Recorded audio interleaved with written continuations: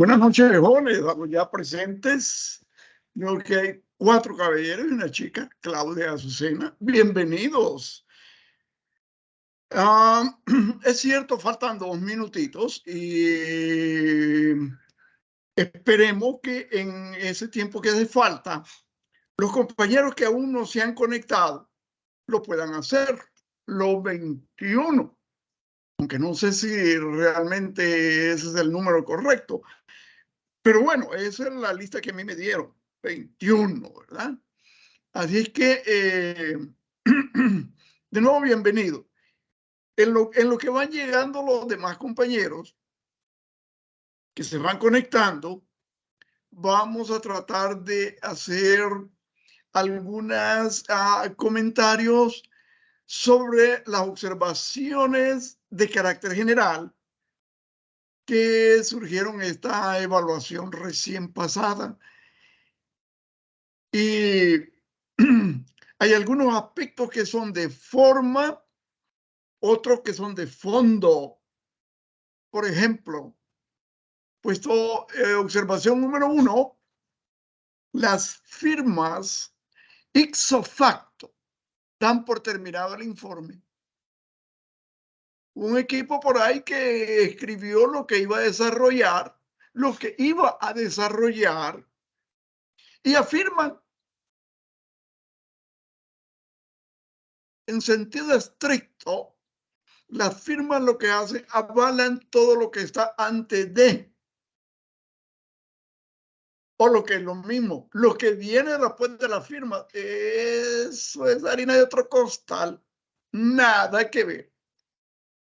Y a esta altura del partido, jóvenes, a los 7 valientes que están conectados a la hora en punto, a esta altura del partido debemos tener claro algunas formalidades que aplican, no importa dónde esté.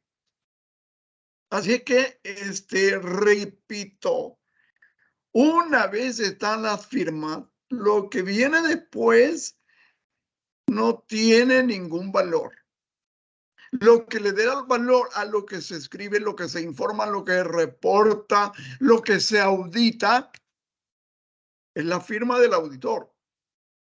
El auditor pone su comentario y firma. El gerente de contabilidad firma el balance junto con otras personas dependiendo del tamaño y complejidad de la empresa, pero las firmas van al final siempre. Así es que eso, por favor, téngalo presente a quien le corresponde, ¿verdad? Y cuidado porque a esta altura del partido, ustedes que están prácticamente ya egresados, pues esos detallitos no pueden pasar inoportunos o no pueden pasar inadvertidos, perdón, ¿verdad? Esos detallitos son cruciales. Así que, jóvenes, manténganlo presente, ¿verdad? En la otra observación general, como se trataba de la reserva de liquidez de los bancos, y hablar sobre y opinar, y el propósito no se trata de transcribir, sino que de interpretar. Y la interpretación puede variar dependiendo de las condiciones, de las circunstancias que den, del momento económico, social, político, de la temporada del año, ¿verdad? De manera que hay varias normativas que han estado en uso en un momento dado y en otras, y no mencionan, los que mencionaron algún porcentaje de una. Y en las circunstancias actuales del país, lo hemos mencionado, incluso se les dejó un material para que leyeran y se les rotuló en el aula digital, control de lectura. Pero parece ser que no lo leyeron, porque no hay evidencia de que lo hayan leído en lo que reportaron en su informe. Dice, no enuncia cuáles normativas para este propósito son de carácter temporal y el porqué de ello. Y es que esta es una situación sumamente delicada. No podemos pasar por alto eso. Hay una preocupación no solo interna en el país, de los que conocen, de los que participan fuertemente, sino que incluso en el extranjero. Y están viéndonos con lupa al país. Señores, esto es algo trascendente. Y por eso en un momento surgen unas y otras normativas y son de carácter temporal porque son para un periodo de tiempo específico. El que ya pasó ese tiempo no quiere decir que no existan. Es más, da pie para que haga un comentario.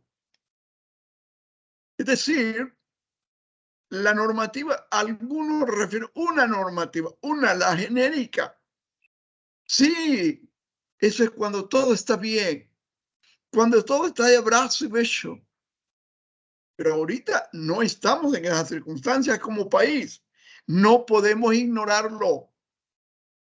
No podemos ignorarlo. Y menos cuando se trata de profesionales universitarios académicos como ustedes, ¿verdad? Número 4, no menciona las acciones correctivas de los entes rectores en caso de que el banco no pueda cumplir. Mencionan que sí tiene que cumplir y que este cálculo y querer, y si no puede, no es que no quiera, no es que no quiera, sino que se podría dar que no pueda. Y si no puede cumplir con la reserva de liquidez, y ese es otro punto, en ninguno de los informes leí algo, un párrafo, una frase que resaltara la importancia desde el punto de vista macro, país, de la reserva de liquidez de los bancos.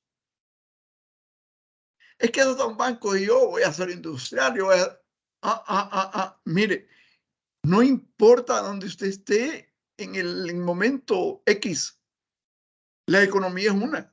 El sistema financiero, hay muchos partícipes desde diferentes trincheras, pero si los que llevan adelante la batuta con lo que es la sanidad, la estabilidad y la posibilidad de mantener una reserva de liquidez para los propósitos que se ha definido, no que se ha establecido, no es que se calcula, se ha definido. Si no puede ser, entonces es de preocuparse. Es que yo voy a poner mi propio despacho contable de auditoría. También preocúpese, porque eso no puede pasar inadvertida. Mencionan el periodo, pero no, en algún caso mencionan el periodo de cálculo, pero no mencionan el día de la semana en que hay que remitirlo, y tampoco mencionan las excepciones para diciembre y para junio, es decir, la segunda catorcena de junio y la segunda catorcena de diciembre, no lo mencionan.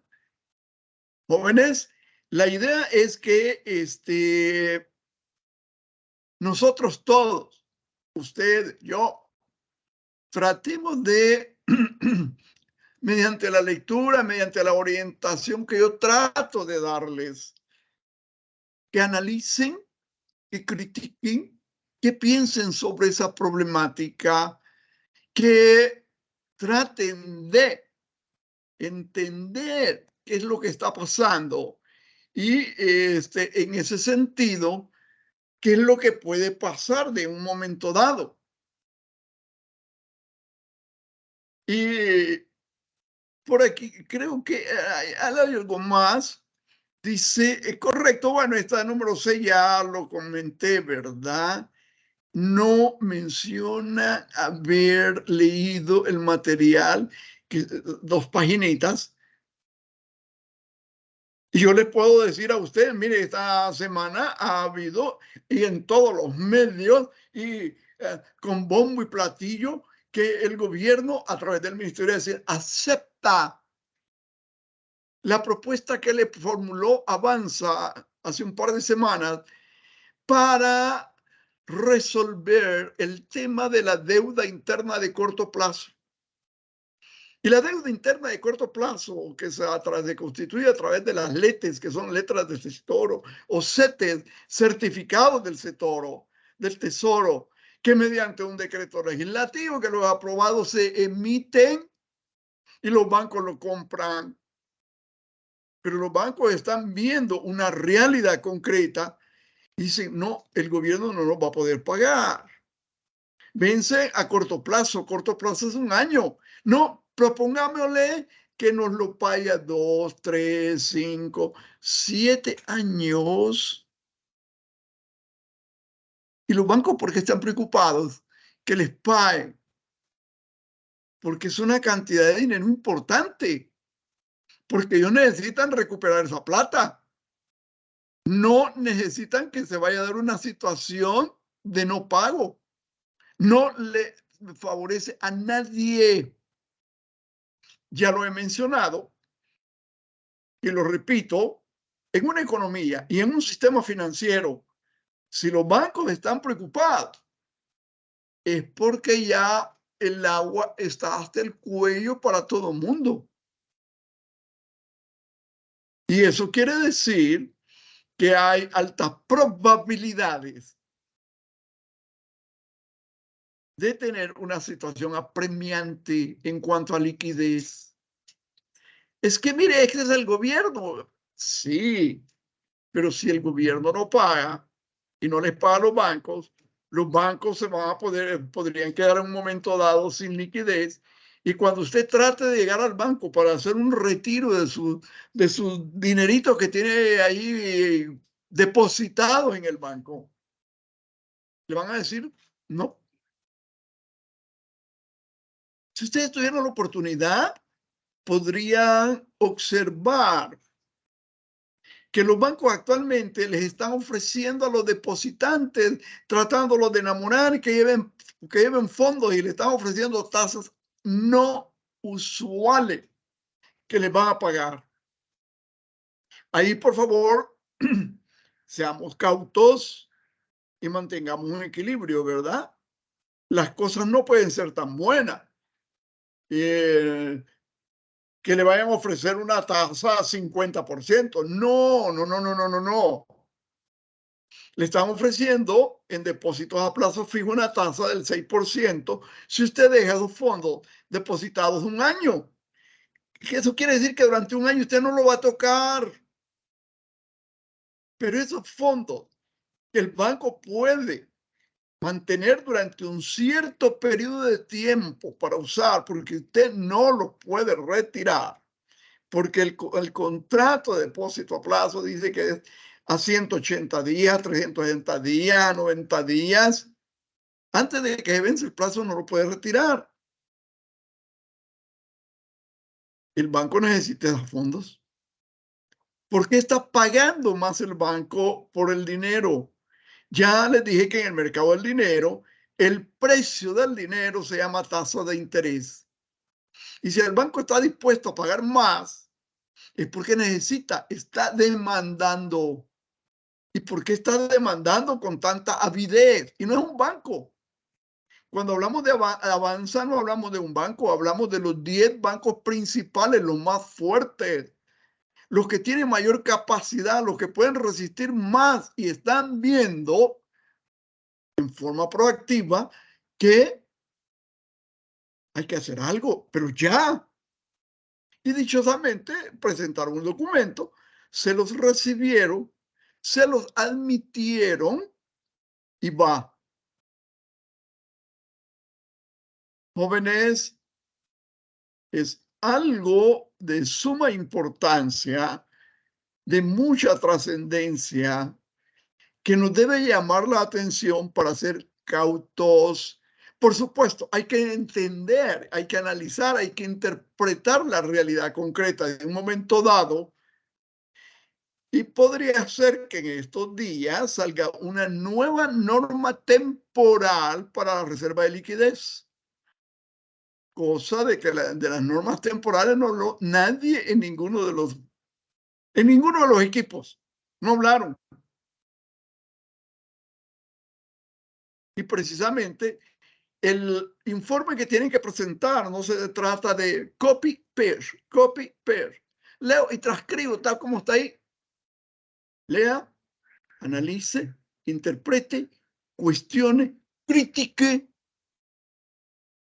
Trate de interpretar la realidad, que es lo que le está diciendo. ¿Y por qué? Ah, es que fíjate que hay una crisis mundial. Sí, pero precisamente dentro de ese entorno de crisis mundial, cada país debe hacer su mejor esfuerzo por resolver su situación individual. Ahorita, con una crisis generalizada, muy pocas ofertas vamos a tener de salvataje a alguien que venga y le diga al país, mira, estás emproblemado con la banca en El Salvador, ¿verdad? Hoy en el 2023 le tenés que pagar $1.500 millones de los 2.800 que le debes. Eso sin contar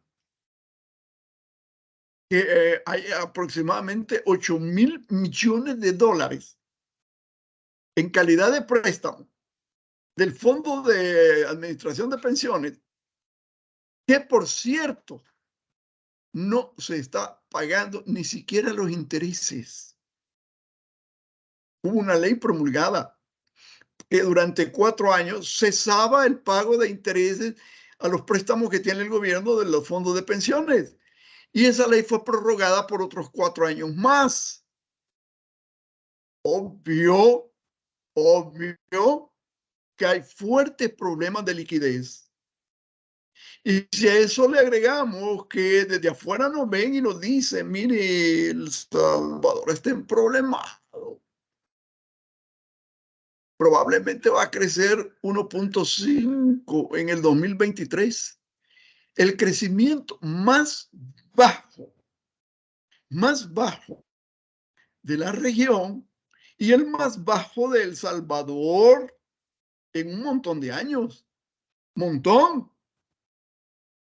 Como más de 20 años, como 25, 30 años. El peor crecimiento, 1.5. Si tenemos suerte y se logra dar alguna cosa, vamos a creer 1.6.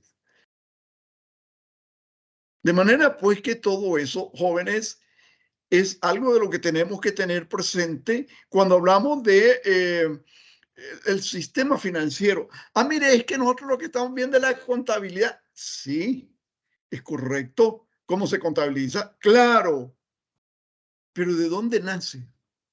El por qué, el cómo, ¿ya? De manera pues que esos son en términos generales los comentarios. Ya les devolví los trabajos a cada uno de los equipos. Ahí van como de costumbre, remarcados en rojo lo que no, nada que ver con lo que tenían que haber puesto. En amarillo algunas cosas que sí, pero no. Y en verde lo que es aceptable. Aceptable. Y si mantenemos presente lo que nos dice la NIC 1 del principio de razonabilidad, y ese principio nos dice que los estados financieros deben ser razonables, no tienen que ser exactos, pero deben ser razonablemente correctos. Son cosas que no las podemos tomar o conceptos que no los podemos tomar como que alguien que declara una poesía, ¿verdad? Bueno, hoy ya viene el 15 de septiembre, el otro viernes, por cierto, que nos vamos a tener clase, ¿verdad? Bandera de mi patria. Sí, pero y por eso soy patriota. Y por eso hablo, no, hombre, y solo me estoy luciendo ante un micrófono, ante un público, para un acto, y después de ese acto, no debe ser así, ¿verdad? Y menos de esto. Jóvenes, ya habíamos hablado un poquito sobre la NIC 39, que es la norma internacional de contabilidad. Estoy retomándola de nuevo porque siempre me gusta tomar el hilo de la madeja para ver si podemos avanzar un poquito.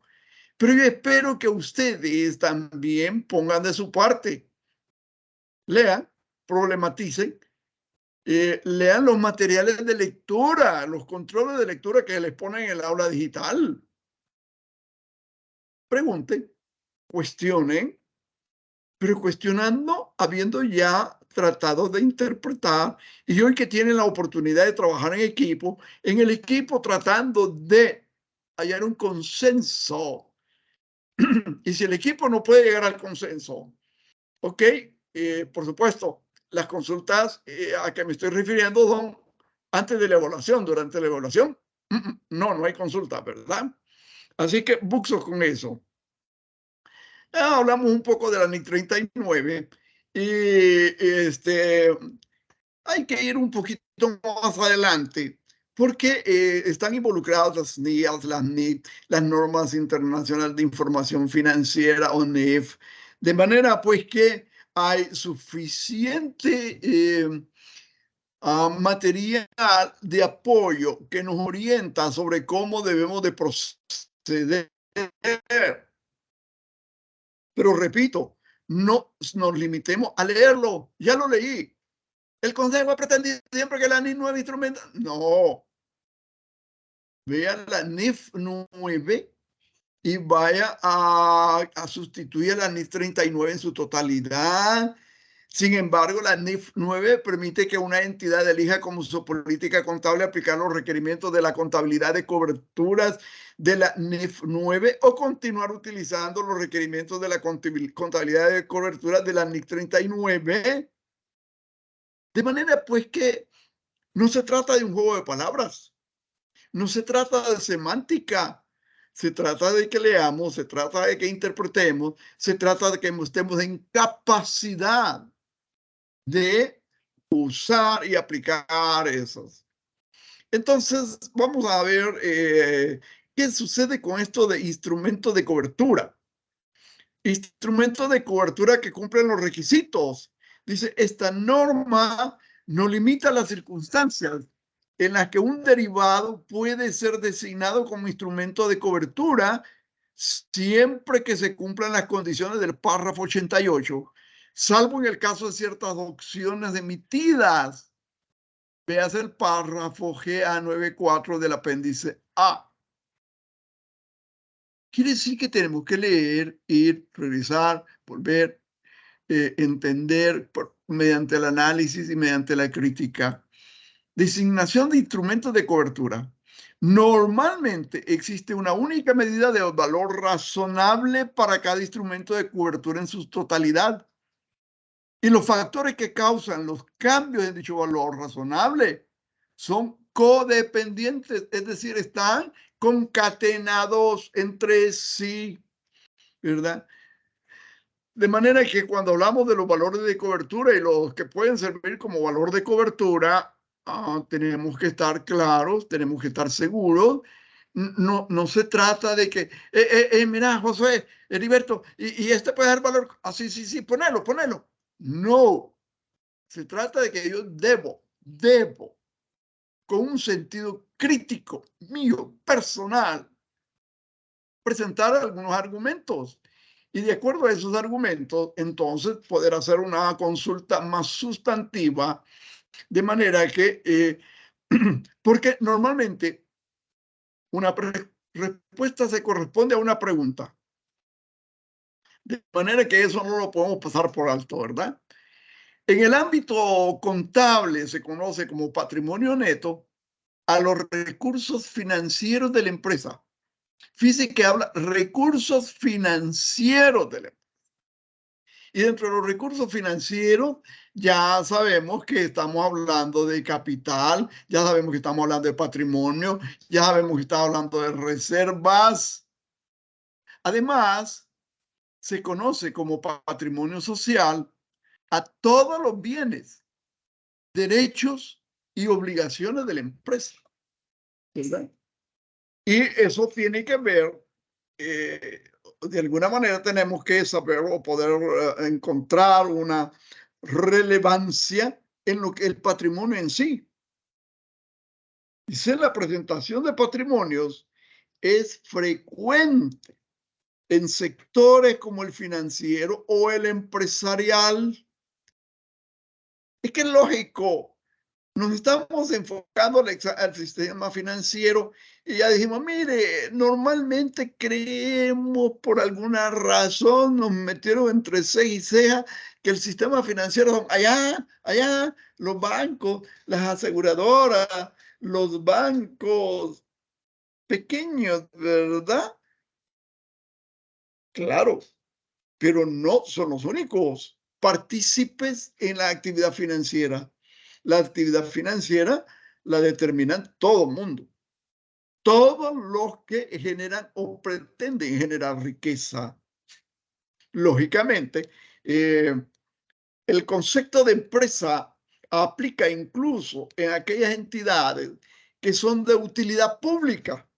Claro que es una empresa, pero si le damos vuelta al concepto, lo tomamos como empresa, acción dificultuosa que se acomete valerosamente.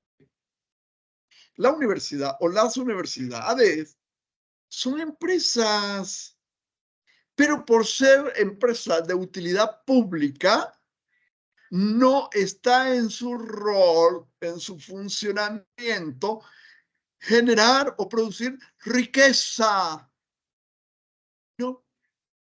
Es más, ustedes saben, porque son expertos en contabilidad, cuando en una empresa de utilidad pública los ingresos son mayores que los egresos, no estamos hablando de una utilidad, estamos hablando de un superávit. Superávit que no se puede repartir, como en el caso de las empresas de capital, que las utilidades, a una parte se lleva las diferentes reservas, a otra parte se decide no distribuirla y otra parte se distribuye. No en las empresas de utilidad pública. ¿Y qué tal si como en el 2020, incluso 2021, entidades de utilidad pública como la Universidad Don Bosco tuvieron menos ingresos que los egresos? Entonces nos encontramos no ante una pérdida, porque ese concepto no existe en las empresas de utilidad pública, sino que entre un déficit y déficit que hay que resarcirlo. Pero fíjese que llevamos 2020, 2021, 2022, 2023 no está tan halagüeño desde la perspectiva de, en general, el panorama económico-financiero que se ve en nuestro país para el 2024 es delicado, es preocupante, es preocupante. De ahí que avanza y ha propuesto, miren, reestructuren la deuda y a corto plazo, hombre. No nos paguen los 1.500 millones que nos tienen que haber pagado este año. Trasladen esto a 2 años, esto a 3 años, esto a 5 años, esto a 7 años. ¿Para qué? Porque el hecho de que no le paguen a los bancos no quiere decir que los bancos estamos fregaditos, que no nos pagó el gobierno. No, hombre, eso no puede quedar así nomás, no quede entre cuatro paredes. Eso se conoce a nivel nacional, a nivel internacional, con mucha más razón, porque están pendientes de lo que está sucediendo en nuestra economía por razones bien obvias. De manera, pues, que jóvenes son aspectos que no podemos pasar inadvertidos. Veamos qué más podemos ver aquí. Gestión del patrimonio. Claro, es que esto no cae como el maná cayó del cielo en el desierto. No, hay que. Es igual que el éxito. El éxito no le llega a usted, El éxito usted lo busca y mediante acciones pequeñas, pero de una manera recurrente, sostenida, usted va acumulando parte de su éxito. De repente tiene el éxito, ¿verdad? Entonces, igual el patrimonio se gestiona y no es fácil. Y menos cuando tenemos un panorama sombrío desde la perspectiva económica. Y usted ve las noticias todos los días. Sí, pero ¿y a mí que están caros los tomates? Y yo doy para el gasto de la casa y en la casa y siempre comemos y comemos los 3 tiempos. Mire, si eso está así, qué buen hombre. Es de darle gracias a Dios que usted tiene cómo, ¿verdad? Pero no hay que pasar por alto que si usted puede hacerlo, qué bueno, pero y los 6 millones de habitantes que están en el país podrán hacerlo igualmente que usted. No sabemos, ¿verdad? Y en la empresa se vuelve también cuesta arriba. Es que esta empresa es buena, esta empresa es fuerte, esta empresa tiene reservas. Sí, pero aunque tenga reservas, hay que cuidarla y hay que ver hacia adelante y hay que gestionar, porque si no, esas reservitas se van consumiendo. Llegaría un momento en que vamos a estar en problemados. Gestión del patrimonio. A la hora de gestionar un patrimonio, se deben tener en cuenta 2 objetivos fundamentales: rentabilidad y riesgo. Y es que siempre tenemos esa dicotomía, ¿verdad? Es así como cuando hablamos de un balance de la empresa y que es un balance. Mire, el balance me da la idea de equilibrio, quiere decir que yo tengo cosas, pero también debo cosas. Cuando hablamos de patrimonio, ¿qué es lo que busco? Rentabilidad, pero para obtener rentabilidad debo hacer ciertas acciones. Esas acciones, las que sean, implican en mayor o menor medida, en mayor o menor cuantía, implican un riesgo.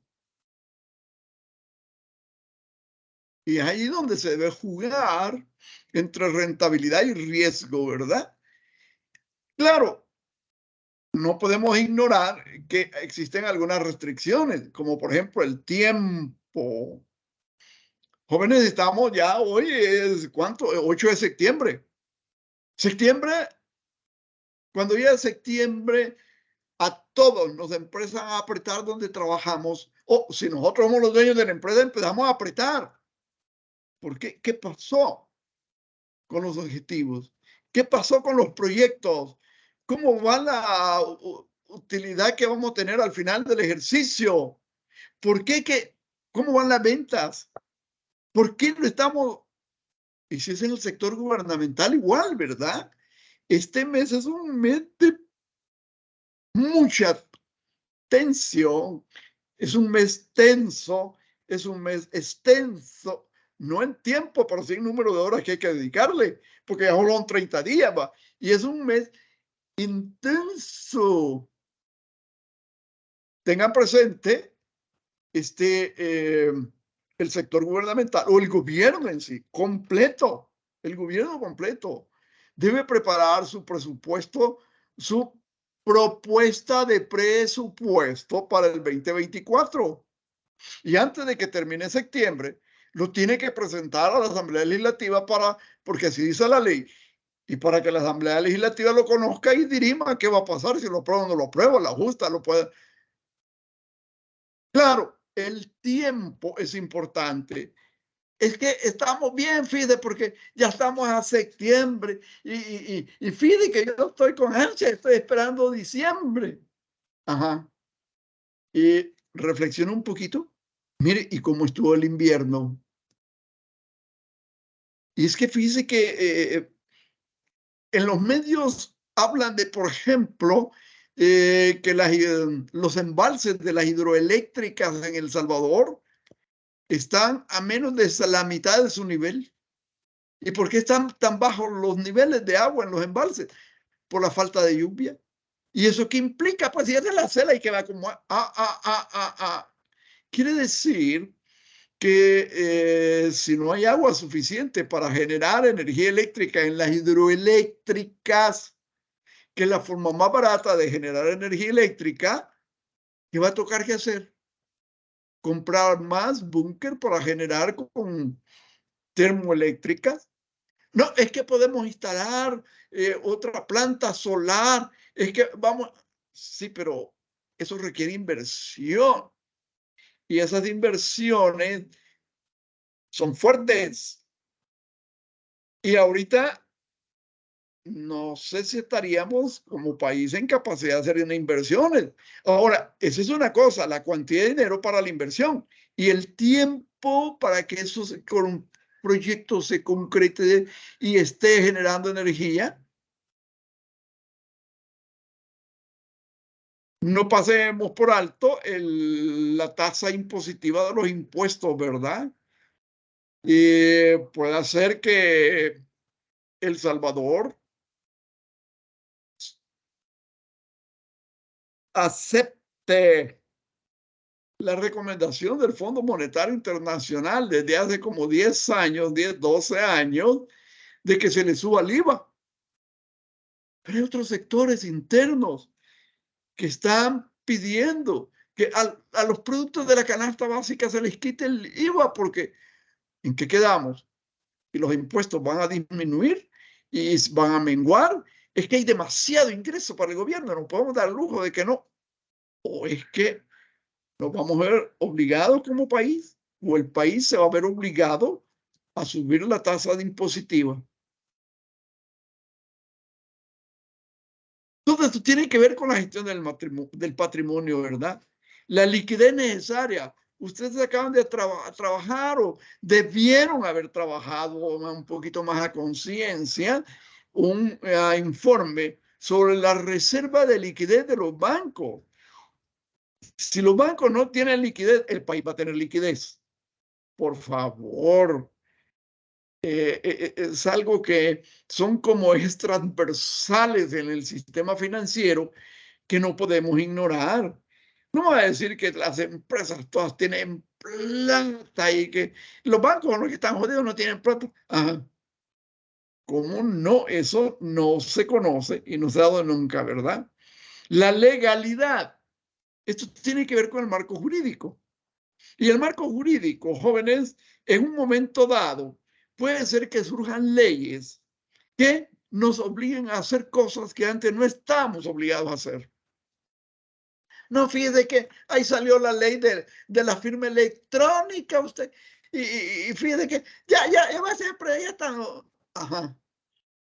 ¿Y cuánto tiempo después de haber sido sancionada esa ley y de llegarse el periodo que indicaba la ley para empezar a usar? La ley estuvo mal estructurada porque le llaman ley de firma electrónica cuando debe haber sido llamada con su mismo contenido ley de factura electrónica, porque al final de cuentas en eso se hace, en eso se convierte. Claro, hay un impulso o hay una intencionalidad o hay un esfuerzo por presentarla a la empresa que eso de la factura electrónica le simplifique enorme. Pero no le dicen, mire, usted tiene que hacer esto, esto y esto y esto. Hoy se tiene que meter con un poquito más de tecnología.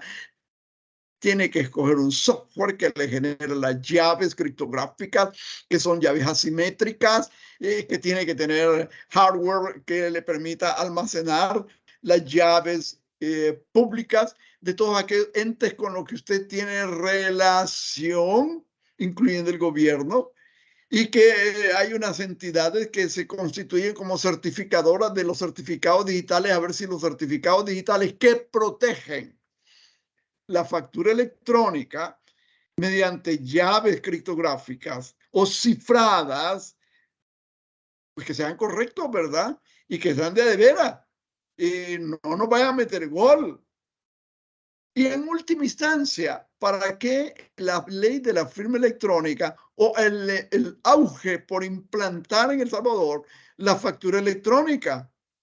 Sencillo, para reducir de alguna manera la evasión fiscal, para lograr incorporar a todo el sector que estaba fuera del ámbito formal a un ámbito formal.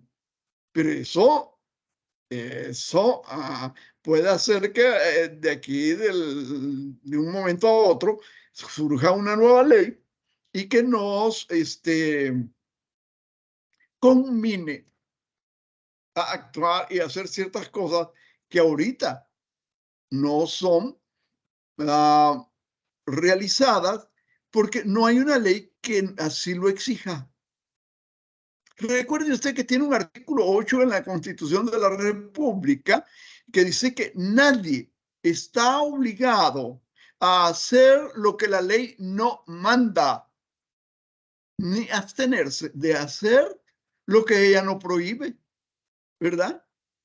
La ley no le manda a usted, mire, no se vaya de vacaciones porque la situación está bien fregadita, ¿verdad? No vaya a Sur City, no vaya a...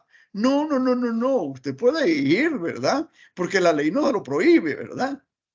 Y igual manera, usted no está obligado a hacer lo que la ley no manda, ni abstenerse de hacer aquello que la ley no prohíbe.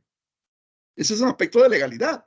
Y cuando hablamos de los negocios y hablamos del sistema financiero y hablamos de todo este mundo complejo que interactúa con sus ejes transversales de las empresas privadas, sean estas de servicios, de negocio, de transporte, de lo que sea, industriales. Y por eso presentamos como último acápite aquí las singularidades de cada persona. Las singularidades de cada persona. Y cuando digo persona, por favor, no nos vayamos a quedar, es que es un individuo de carne y hueso. Persona, sea natural o sea jurídica. Y las empresas son personas jurídicas. Y las personas jurídicas pueden estar constituidas por personas naturales y por personas jurídicas. Así que mucho cuidado, ¿verdad? Con esos aspectos porque son muy importantes. Claro, hace un momento hablábamos, mire, rentabilidad versus riesgo. Entonces, como estamos ahorita viendo la parte de los bancos, no los bancos comunitarios, ojo, bancos, no bancos comunitarios. Entonces, veamos qué pasa o qué se visualiza como los riesgos. Y el riesgo bancario, que cae dentro de lo que es el análisis de riesgo, es una de las variables más importantes a estudiar en el terreno comercial y de inversiones. Es que cuando usted va a hacer una inversión o va a hacer una gestión de negocios, entonces usted tiene que evaluar los riesgos. No, mire, es que aquí en este negocio no tenemos riesgo, de veras, ¿no? Juela, presénteme ese negocio, a ver si es cierto, ¿verdad? Que es una frase muy conocida en nuestro ámbito. Cuando alguien platica con un conocido y le mira, fíjate que estoy jodidito, bien fregadito, pero mira, me han dicho que tal la actividad es buena, vos que ahí se gana plata. Sí, hombre, metete. Aunque tenga conocimiento que esa actividad no, por supuesto, actividad lícita, ¿verdad? Mucho cuidado. Actividad lícita. Que esa actividad tiene más riesgo que. Entonces, cuidado con eso. Este término está compuesto por diversos tipos de riesgo que responden a ámbitos específicos ligados al crédito, la liquidez y los márgenes de utilidad. Es que fíjese que cuando hablamos de un interactuar en el sistema financiero, necesariamente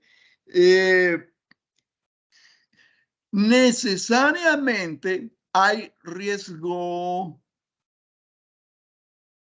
Es que, mire, los bancos la pasan bien usted porque le prestan a usted, le va mal en el negocio. Usted tiene que pagar aunque le ha ido mal. a de veras, y el banco no tiene riesgo de que usted en un momento dado no pueda pagar. Usted va a pagar, aunque le fue mal. Definitivamente, eh, hay que conocer los detalles, ¿verdad? Porque cada caso hay que analizarlo. Y es lo que llamo el riesgo bancario, que no se expresa en indicadores únicos, sino en el análisis conjunto de indicadores que estudian el nivel crediticio, la salud reputacional, los márgenes de operatividad, la capacidad de recuperación de los fondos dados en préstamos y los índices de liquidez de la institución bancaria. Jóvenes, ustedes acaban de hacer un informe sobre reserva de liquidez. Y la reserva de liquidez, ¿cuál es la importancia de que los bancos tengan una reserva de liquidez adecuada? Ahora yo pregunto, si antes de la pandemia del 2020, la reserva de liquidez de los bancos era aproximadamente el 30%, aunque se hablaba de que se iba a ajustar a un 20%, pero se hablaba de que se iba a ajustar a un 25%, pero ¿qué pasó en abril del 2020? La reserva bancaria en abril del 2020 había bajado al 9%. ¿Y para qué se había bajado al 9%? Porque mucha gente estaba encerrada en su casa, muchos centros comerciales cerrados, empresas cerradas, no podían atender, no podían. Bueno, en los centros comerciales, recuérdense, ¿quiénes podían estar abiertos? Las farmacias y los bancos. ¿Y por qué los bancos? La farmacia porque la gente si tenía necesidad de ir y comprar una medicina. ¿Y los bancos por qué? Porque la gente tenía que ir a sacar pisto al banco para comprar la medicina. Por eso se redujo la reserva de liquidez en esa cuantía tan violenta, para que los bancos tuvieran plata para entregar y entregar y entregar y entregar y entregar y entregar. De manera que la reserva de liquidez se redujo temporalmente, por lo cual otra normativa, del 30 al 11%. Y luego ahí por mayo bajó al 9%. Y después se trató de recuperar. Y logró llegar hasta como el 19%. La pretensión era que llegara al 25%. Nunca se llegó al 25% de nuevo. Y hoy, ¿cómo estamos? Y fíjese que es interesante, porque usted dirá, mire, es que el riesgo bancario no se expresa en un indicador único, sino que es un conjunto de indicadores que estudian el nivel crediticio. Claro, el banco capta dinero, coloca dinero y lo coloca en créditos, ¿verdad? Es que lo capta a una tasa bien baja y lo coloca a una... Claro, y el diferencial de tasa, ya le expliqué y lo comento y lo repito, en el mercado del dinero, el precio del dinero se llama tasa de interés. El banco paga una tasa de interés por la plata que usted le deposita en el banco. El banco coloca esa plata a una tasa de interés superior para resarcir la tasa de interés que le va a pagar a usted, para sacar de eso diferencial sus gastos administrativos, ¿verdad? Y por supuesto, un margen de utilidad. Nivel crediticio. Salud reputacional. Esto, cuando hablamos de salud reputacional, tenemos que hablar del riesgo de imagen. El riesgo de imagen es algo que generalmente lo vemos como que algo no muy trascendente, ¿verdad? Pero les pongo un ejemplo del pueblerino. Usted va a una tienda que está cerca de su casa y dice, buena, mire, quiero tal producto. No hay. Regresa en otra ocasión y mire, hoy quiero tal otro producto. No hay. La tercera vez, hasta en su casa, no, a esa tienda no vaya. Si esa tienda es la de no hay, anda a otro lugar. Igual sucede en todos los ámbitos. Aquí se le llama salud reputacional, pero cuando hablamos, entramos al campo del análisis de riesgo, digamos, riesgo de imagen. Les pongo un ejemplo.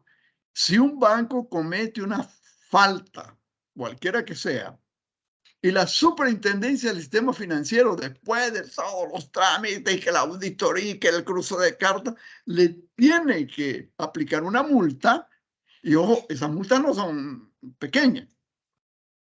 Entonces, por ley, la superintendencia va a publicar en todos los medios de comunicación social que al banco tal le puso multa de por tanto porque había hecho tal cosa indebida, ¿verdad?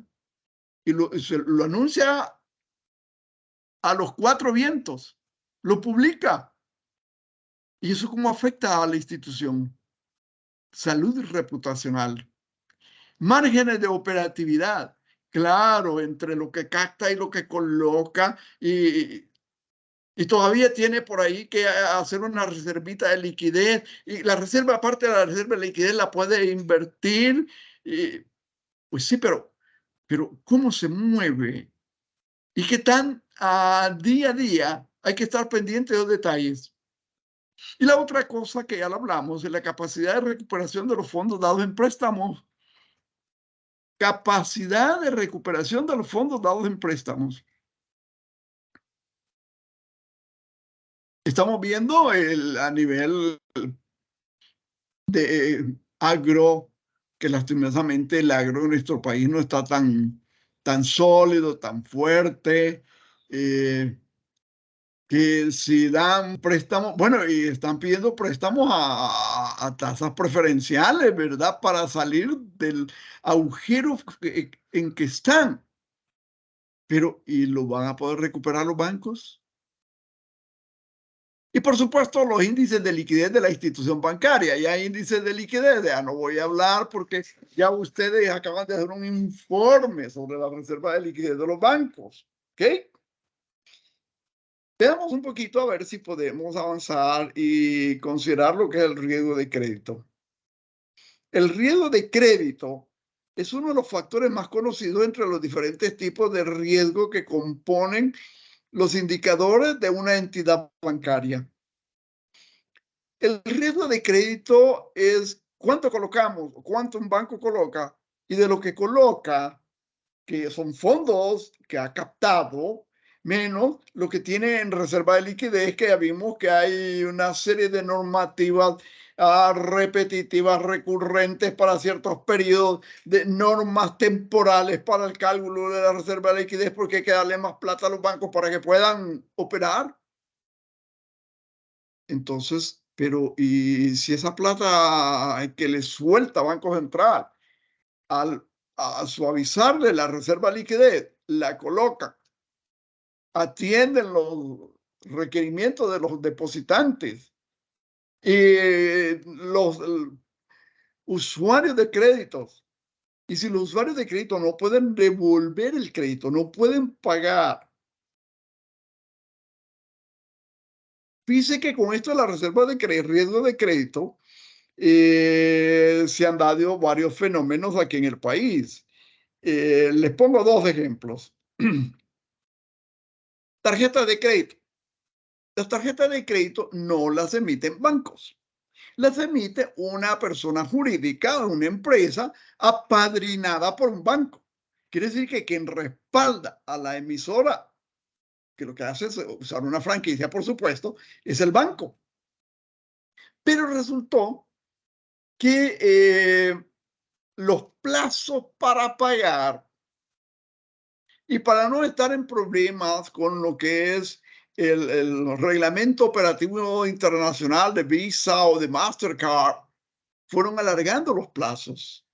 Inicialmente, lo que yo recuerdo, el plazo para pagar su saldo de tarjeta de crédito era 12 meses. 12 meses. Después lo alargaron a 24. Hoy, en algunos casos, le dan 60 meses para que pague lo que usted debe en tarjeta de crédito, ¿verdad? ¿Para qué? Para que no caiga en mora. Porque si usted cae en mora y llega a la cartera de tarjeta de crédito y a contaminarse con un porcentaje mayor al que fija como límite el reglamento operativo de Visa International, entonces Visa International le puede cancelar la franquicia y ustedes no pueden emitir más tarjetas de crédito. Y si no emite tarjeta de crédito, se pierde el incentivo para recuperar lo que le deben. Ese es uno. El otro que encontraron los bancos es, mire, don, voy a usar un nombre solo por usar un nombre, pues, pero nada. No, mejor sin nombre, Juan Pérez. Don Juan Pérez nos pidió prestado $25,000, pero tiene 3 meses que no nos paga y en las conversaciones y la gestión de recuperación de cartera que hemos hecho, ya nos confesó que está sin trabajo, pero que ha andado buscando y que le ofrecen un trabajo y de repente al cuarto o quinto mes don Juan Pérez dice, mire, ya me dieron el trabajo, pero ahorita estoy bien fregadito, sí, ya tengo empleo de nuevo, pero todavía no les puedo pagar. No, no, no se preocupe, don Juan, venga, venga, venga, venga. Y le hacen lo que se dieron en llamar un retanqueo. Quiere decirle, mire, no se preocupe, usted le dimos en préstamo $25,000, ha pagado 3 cuotas de $500, nos debería, de capital nos debe 23,500, pero con los intereses nos debe ahorita $27,000. Mire, le vamos a dar un crédito nuevo, le vamos a dar un crédito nuevo con el que pagamos este crédito y usted solventa su mora y comenzamos de cero. Y usted solo firma, no le dan ni 5. Pero ¿qué hace el banco con eso? 2 cosas. Primero, limpia cartera. Segundo, las estadísticas o los informes de colocación. Y usted ve en los balances que cómo crece la colocación de crédito, ¿verdad? Claro, no estoy diciendo que el 100% de la colocación, el crecimiento de la colocación de crédito sea eso, sino que un porcentaje podría serlo.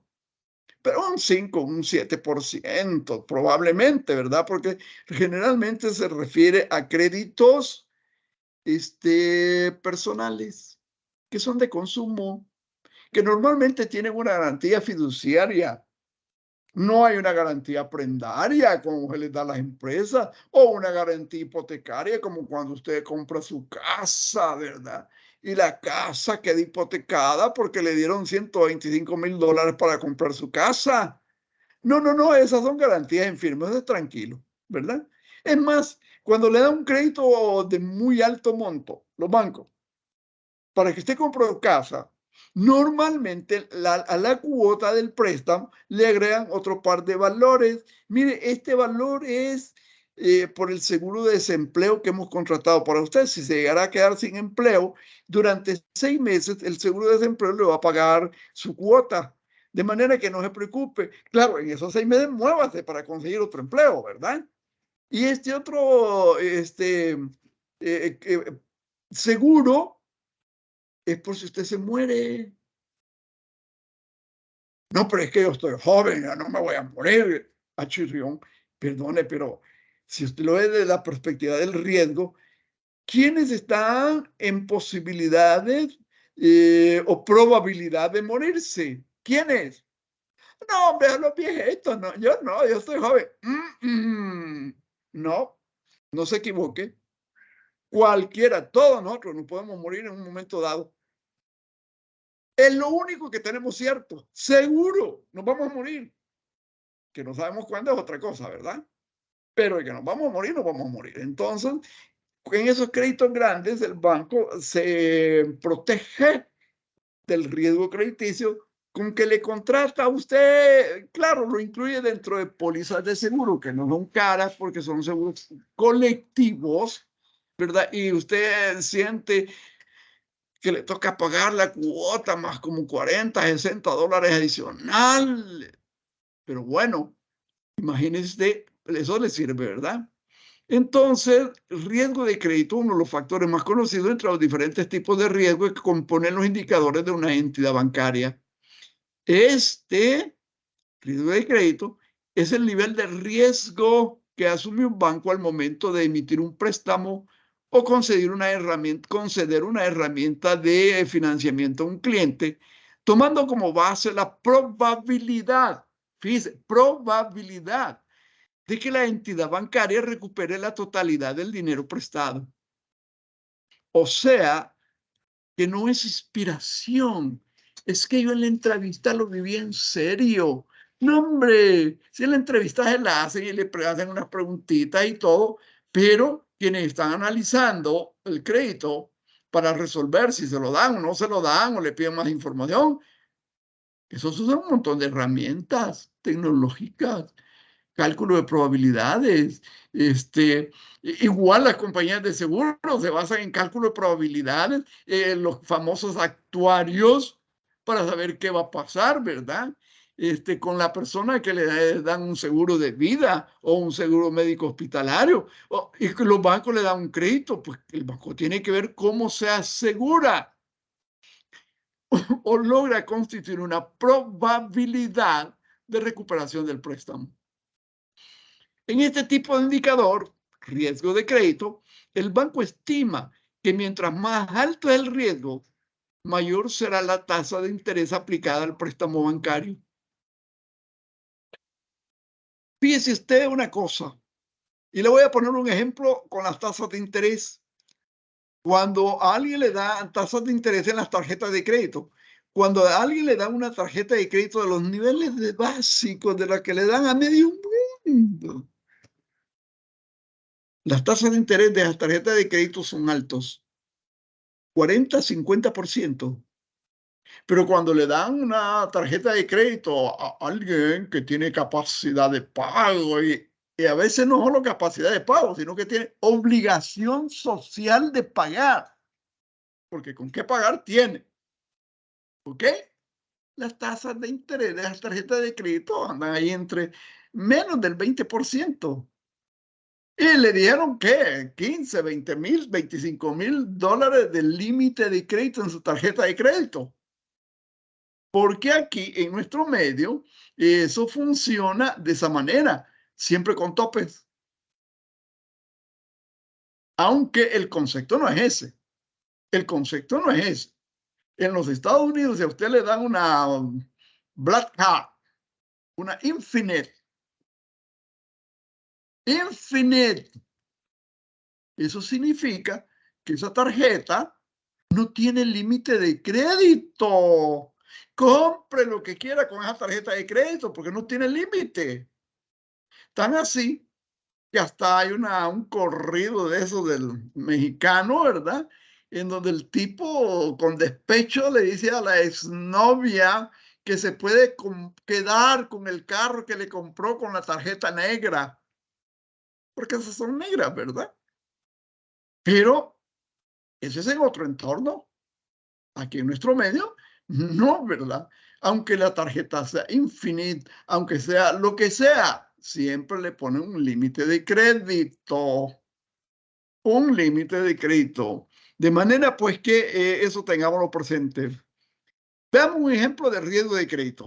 Juan Pérez pide a su banco un crédito por $1.500.000 para ejecutar contrato de fabricar 100,000 uniformes, los cuales ha convenido entregar en un plazo de 6 meses y que le pagarán a razón de 25 cada uno.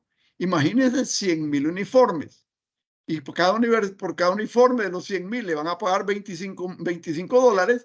Multiplique $25 por 100,000. El banco, previo a la concesión del crédito, hace visita a la fábrica de Juan Pérez para constatar la existencia y estado de la maquinaria industrial, la nave industrial, la maquinaria, los insumos que ofrecen garantía, ¿verdad? Y eso se considera como una garantía prendaria sin desplazamiento, porque la fábrica está, la maquinaria está, las herramientas de la maquinaria y todo están en garantía con el banco que le va a dar el crédito a 1.500.000. Pero el banco no se va a llevar eso para... No es como cuando usted da una garantía prendaria, ¿verdad? Mire, voy a dejar en garantía este certificado de acciones. Oye, ahí me lo guarda, pero me lo guarda bien guardadito, ¿verdad? Esa es una garantía prendaria, pero en este caso que estoy poniendo el ejemplo de Juan Pérez, es una garantía prendaria sin desplazamiento. Claro, si fuera una garantía hipotecaria es otra cosa, ¿verdad? Porque se toma la escritura del inmueble, se registra se lleva al registro de comercio, se registra que ese inmueble es de Juan Pérez, pero que ahorita queda hipotecado a favor del Banco X, porque el Banco X le ha prestado $1.500.000. ¿Se entiende la diferencia de los tipos de garantías en cada caso? Si alguien tiene una pregunta, por favor, hágala, no se preocupe. Con todo gusto voy a tratar estoy atento.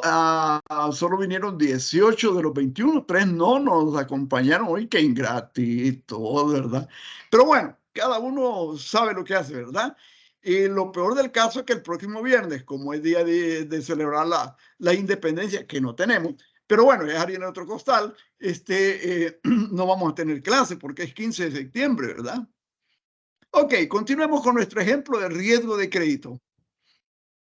Es el caso que a los 3,5 meses de estar produciendo los uniformes, fíjense, los uniformes se iban a producir en 6 meses, ¿verdad?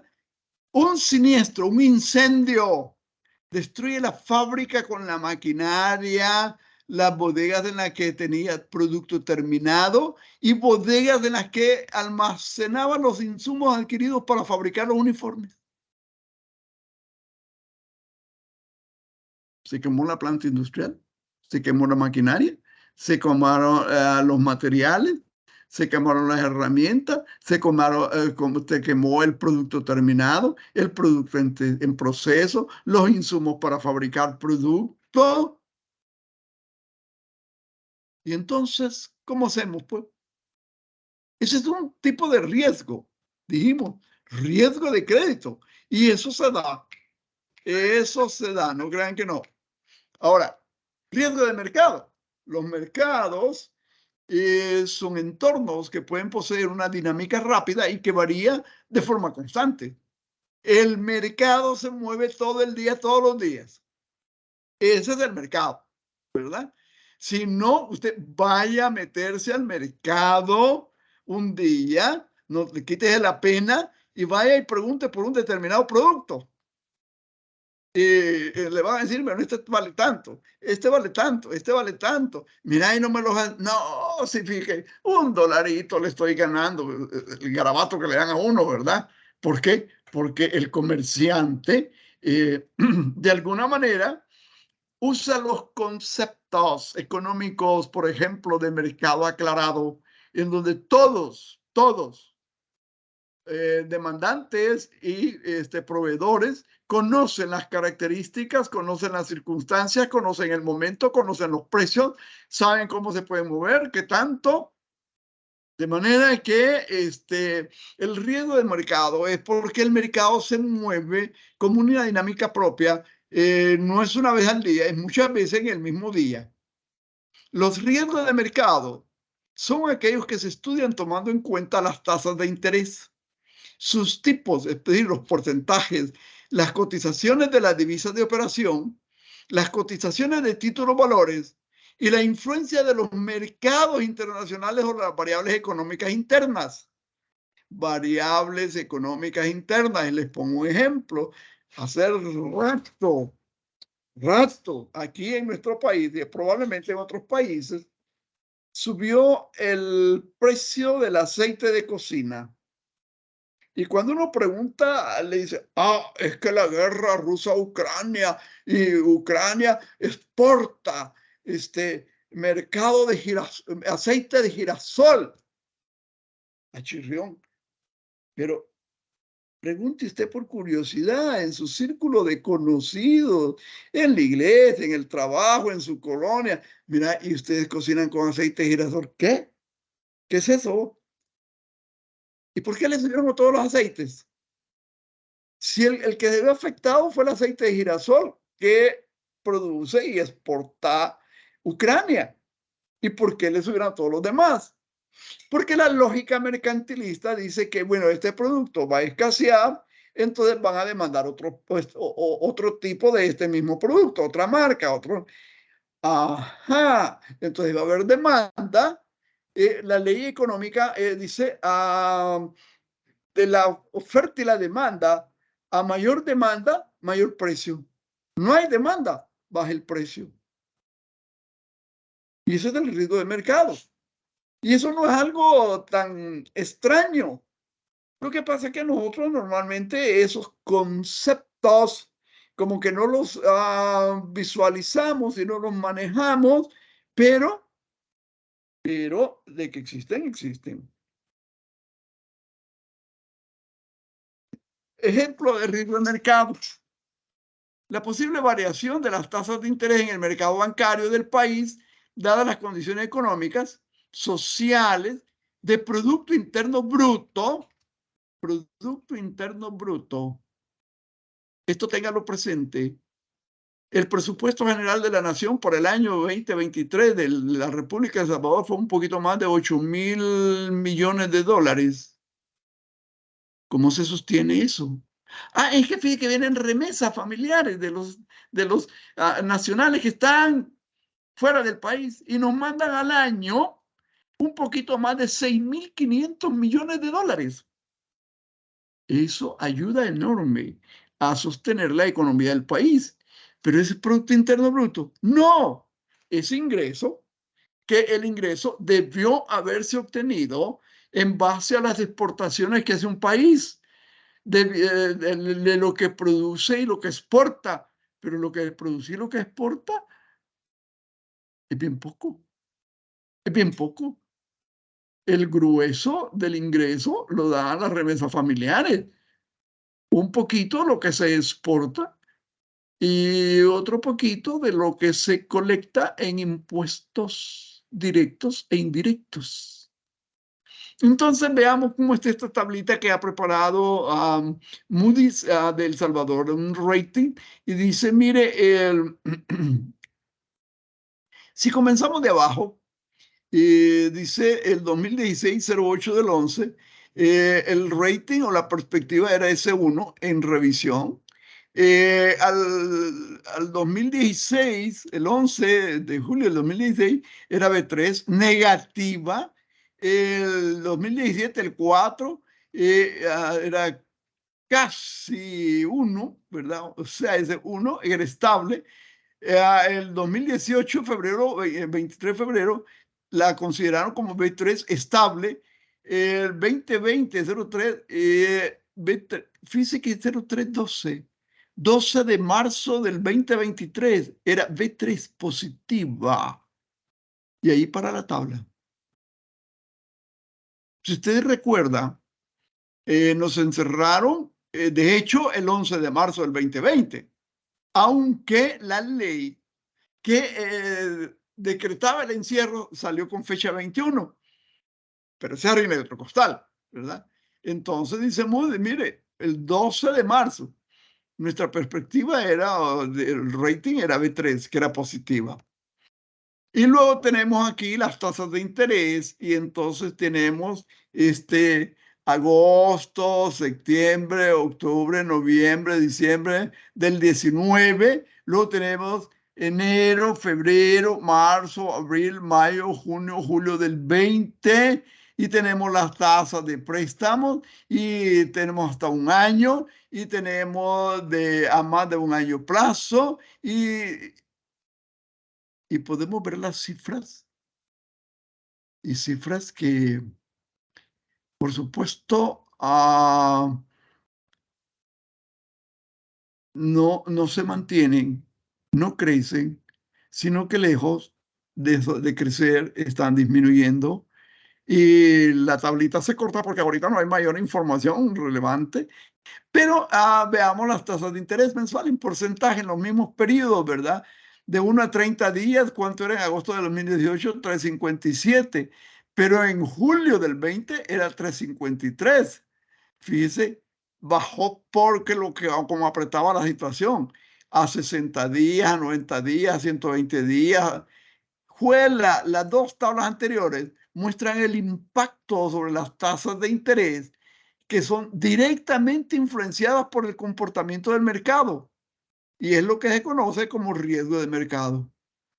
De manera que si el mercado reacciona de una manera, las tasas de interés también, la calificación también, y todo está interactuando a diario. Claro, al igual que ustedes saben, la reserva de liquidez de los bancos van sacando los saldos promedios de diferentes rubros de depósito todos los días y al final de la catorcena establecen una cifra promedio y dicen, bueno, esto es, sí, pero los depósitos que tenemos tanto, entonces, ¿cumple o no cumple con el porcentaje que debe tener de reserva de liquidez depositado en el Banco Central de Reserva o invertido a un banco en el extranjero si es que lo autorizó la superintendencia? Alguien puso que si lo autorizaba el superintendente. No, perdón, el superintendente no autoriza. Es la persona que da la cara, claro.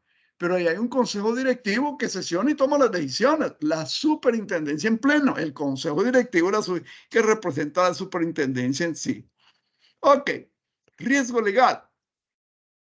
Cuando hablamos de riesgo legal, las entidades bancarias y del sector financiero suelen estar expuestos a marcos legales muy estrictos que regulan de forma severa sus procesos y mecanismos de funcionamiento. Normalmente estas normativas son emanadas de los bancos centrales y ejecutadas por intendencias específicas. El contenido de estas normativas puede afectar de forma directa la estructura de los balances de cuenta de los bancos, derivando en costos o riesgos directos de los clientes de los bancos. Este tipo de riesgo debe ser estudiado a profundidad por los inversionistas para entender las circunstancias en las que su operatividad financiera pudiera ser limitada o afectada. Jóvenes, hay que tener claro esto del riesgo legal y por supuesto hay otros tipos de riesgo en los bancos, ¿verdad? Yo los invito a que traten de indagar al respecto. Hay bastante material en la web, pero tengan cuidado que es donde lo buscan, porque, pero de haber hay, ¿verdad? Y hay los cuadros en el Banco Central. Y ya en el aula digital, ustedes tienen ya un material de cómo leer un balance de un banco. No, es que yo soy casi licenciado, casi egresado, licenciado en contaduría. Fíjate, yo sé leer un balance, de veras. ¿El de un banco? ¿El de una aseguradora? No, pero es que el balance mercantil de una empresa comercial, sí, claro, pero cada uno tiene sus propias peculiaridades. Así que vamos a estar atentos con ello. Señores, en mi reloj dice que son las 8:46. Así que nos vamos a quedar acá. Repito, el próximo viernes, por ser 15 de septiembre, no tenemos clases, pero sí estar atentos, por favor, para el siguiente viernes, que es el 22 de septiembre. Y ya septiembre se está terminando. Por el momento les agradezco su atención. Lástima que Licenciado. no hubo preguntas, comentarios, dudas, objeciones. Ojalá por Licenciado. la próxima se haya. ¿Ok?